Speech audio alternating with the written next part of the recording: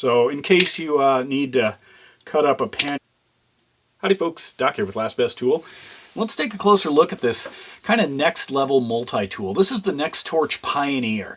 Now there are a lot of different kinds of multi-tools. Now just to kind of make a little bit of organization, let's put them in like the REI outdoor backpacking style multi-tool. That might be the Signal here from Leatherman. Maybe you'd even put this into, you know, your emergency EDC side. But your general EDC side, you go for something kind of nice. This would be mine. This is the Charge Titanium with the replaceable jaws up there. Just a fun one. But they're a little on the pricey side. Maybe some more, you know, sophisticated Black Ops side. Maybe you want, you know, something that has a few other features that are a little unusual, like, well, let's take these two on the front end of here. You know, if you don't know what these are, you know, that's not a regular pick, and this is not a fire rod.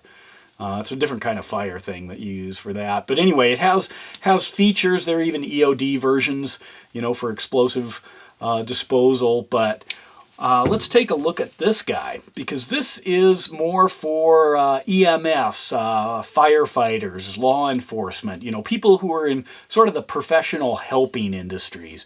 And it's got a couple of features that you won't find on any Leathermans. So we're going to take a tour around the outside of this first. You know, it's got a bright red color.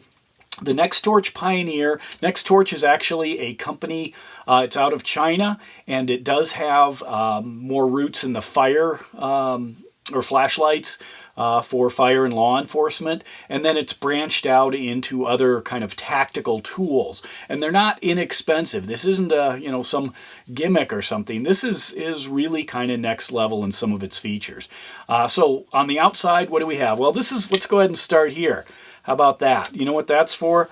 Well, obviously cutting, zip ties, you know, in case you, you know, need to cut zip ties off of somebody. You know, you can just go in there and cut them free. Why would you have a zip tie on someone? Well, see above. Anyway, so that's pretty cool. It locks in place, but it also can be out, very handy. It also can cut a lot of other things, kind of a safety flush cut. There is kind of a safety level to this. Look at the saw and the knife blade. First of all, you might notice it's got kind of a cool, it's a stonewash finish, kind of dark. Maybe some people might call it a distressed finish. Same with the screw heads and the pocket clip. Kind of nice. But it's a shorter, stubby, thick saw. And if you've ever used the saws on like some of the Leathermans, you end up having to be careful because they're fairly thin, and you usually don't use the whole stroke. And look at the tooth coarseness on that. You know, that's like some serious get in there and get some work done. Does use a liner lock, easy to operate, but once you've got a big handle on a small, thick blade, you can really go to town. In fact, I don't know why you couldn't cut through a windshield once you broke a hole in it. To break a hole in it, you use the, where is that thing?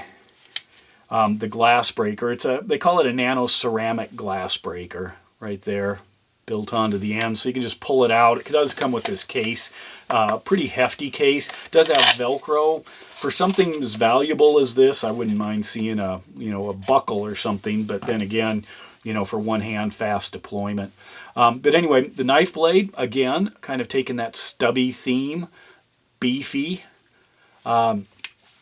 The steel on this, I believe, is 50 CR15 MOV or one of the other CR15 MOV steels.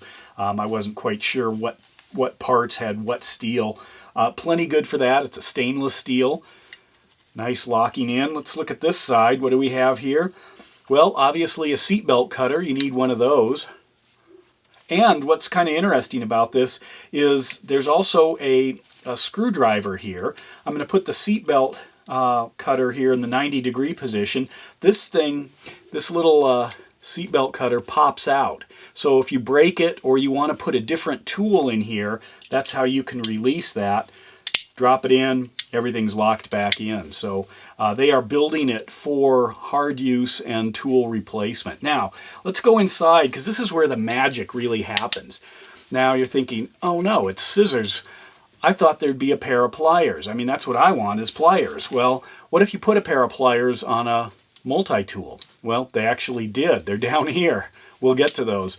But we've got some pretty sophisticated half blade set or half serrated trauma shears. I mean, these are serious shears, very strong spring-loaded handles. Now, if you've used something like these are the Leatherman Raptor shears. These are just outstanding, but getting pretty pricey.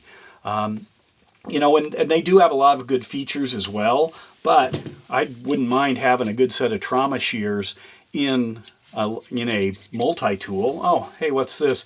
For any of you youngsters out there, this is called a penny.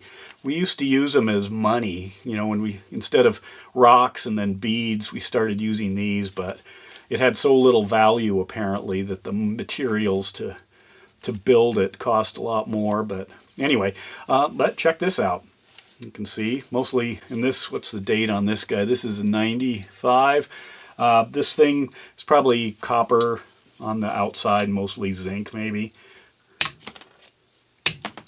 So in case you need to cut up a penny, you know, there you go. Let's see, get that last cut in there. Look at that. There it is. So that's what it looks like after you've chopped up a penny. Very strong. Most bandages don't put up that kind of resistance, but excellent to have a set of trauma shears built in. Now let's go to this side. What do we have here? I'm going to go ahead and close this up now, and voila, a nice set of pliers.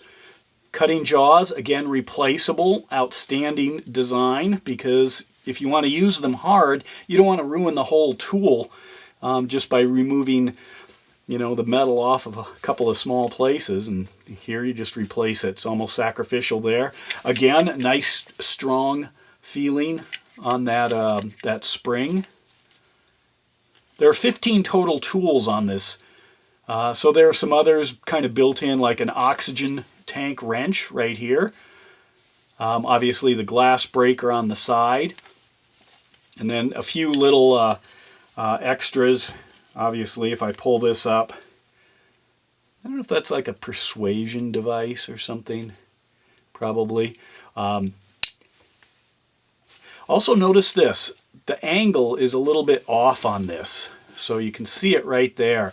So it does allow you to get, this is kind of neat, flush down on something. Why would you want that? Well, I don't know, if you're removing some slivers, yeah, a sliver from your finger, and you want to get it right down close, or maybe off of a larger surface, you're pulling up nails or, you know, unexploded ordnance, things like that. That's where something like this comes into play. And again, very nicely made all the way around. Comes with a 10-year warranty. I'll put a link to these. You can get this stuff on Amazon off their website. You know, the Nextorch does have a pretty good presence. Now, this is more, I'm going to call this kind of an honor to be able to own stuff like this. Obviously, I have Leathermans. We can get into the whole American-made thing, but this is a global audience. This really does have a big presence in Europe, obviously Asia, and you're talking about a much larger market than the average American EDC or multi-tool market. So being able to have something like this and, you know, having a pretty cool set of options, you know, is kind of nice. It's important to be able to appreciate what the other countries are doing, how they're building things, what they design with as far as the metals and the engineering. So a lot of fun. Anyway, there it is. If you haven't seen one of these, a Nextorch multi-tool, but you have certain needs, especially in the EMS, tactical, fire, law enforcement spaces, there you go. Pretty cool. Let me know your thoughts. And with that, Doc out.